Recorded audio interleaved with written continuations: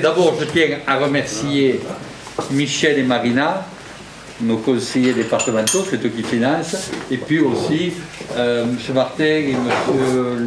Labbé qui s'occupent bien sûr de la route. Que vous ayez envie d'avoir plus d'explications.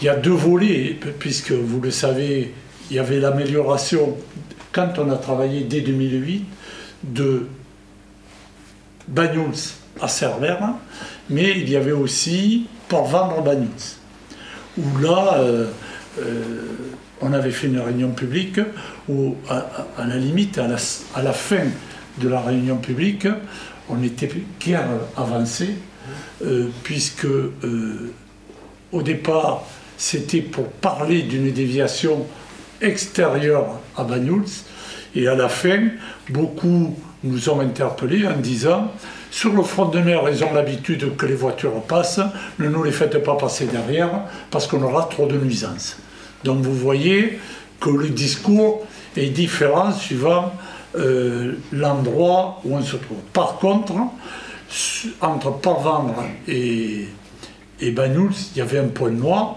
c'était le pont de Polille, et nos services, mais je pense que M. Martin l'expliquera mieux que moi, avaient une idée et avaient des propositions à faire, mais comme la SNCF était, ou RFF, je ne sais plus maintenant, puisque ça change de temps en temps, eux imposaient que ce soit eux qui fassent l'étude, et donc nous donner la date. Et donc nous avons demandé la date. Aujourd'hui nous l'avons officiellement. Novembre 2018. Voilà, novembre 2018. D'ici novembre 2018, on ne peut pas toucher l'ouvrage de la voie ferrée. Donc à partir de là, on a travaillé. À partir de là, en respectant ce que disait l'inspecteur général des paysages, nos services ont demandé de commencer par Banyuls-Cerbère parce qu'ils voulaient montrer que nous savions faire et que nous savions faire de la qualité environnementale tout en améliorant la route pour pouvoir justement aller plus loin plus tard. Ils ont été retenus, les travaux ont commencé et ils se finiront cet été, donc on devrait finir fin juin. Début juillet. Normalement, le marché dit fin juillet, mais on presse l'entreprise pour qu'on finisse fin juin et on devrait tenir le challenge.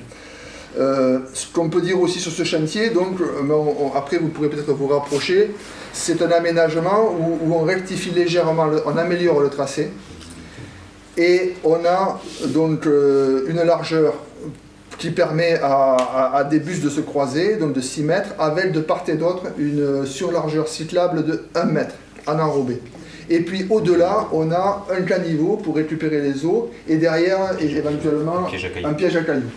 Donc ça fait une largeur beaucoup plus importante que celle qu'on a aujourd'hui. C'est vrai qu'à certains endroits c'est déjà large, mais globalement on va avoir quelque chose d'homogène tout le long. Alors au niveau esthétique, donc sur ce tronçon-là, on veut montrer qu'on est capable de faire quelque chose qui s'intègre bien. Donc, au niveau esthétique, donc, on a un architecte paysagiste qui travaille avec nous, c'est le même architecte qui a travaillé sur Polille, donc qui a une certaine réputation, et sur Perpignan, sur le plat, sur le parc Philippe de Lyon. Alep, donc qui a travaillé aussi sur le parc Saint-Vicence. Et donc on va donc travailler à la fois le terrassement rocheux pour qu'il ait un aspect naturel. Également les murs en pierre sèche. Donc on va reconstituer des murs en pierre sèche qui auront l'aspect de murs en pierre sèche, mais en fait qui seront solides. Hein. Et puis on va reprendre tous les murs de soutènement. Alors c'est du béton. C'est un béton désactivé avec un aspect pierre naturelle qu'on va faire, et les murs de protection seront similaires et les caniveaux aussi. C'est-à-dire qu'il y aura ce sera uniforme au niveau de l'aspect. Et alors on a déjà fait des tests, hein, donc on a déjà fait des petits échantillons de murs qui sont à Port-Vendres au niveau de l'échangeur terminal du pont de l'Amour. Et donc Hein, voilà. Et il y a à la fois le mur en pierre sèche et le mur en béton. C'est vrai que Philippe Delioux, il travaille comme ça, il fait faire toujours sur Poly. Si vous allez vous promener sur Poly, vous verrez des tests d'essai qu'il avait fait pour les balustrades, pour le piétonnement, enfin les passages piétons, des choses comme ça. Il a l'habitude de faire des tests et il choisit au fur et à mesure, il les fait évoluer. Et alors au niveau paysager, donc, une fois que la plateforme routière sera faite, en enrobé, donc on rase tout. Donc tous les murs aujourd'hui, ocre, les doubles murs, les sarcophages, les parapets en pierre doublés par un mur en béton, tout ça est enlevé.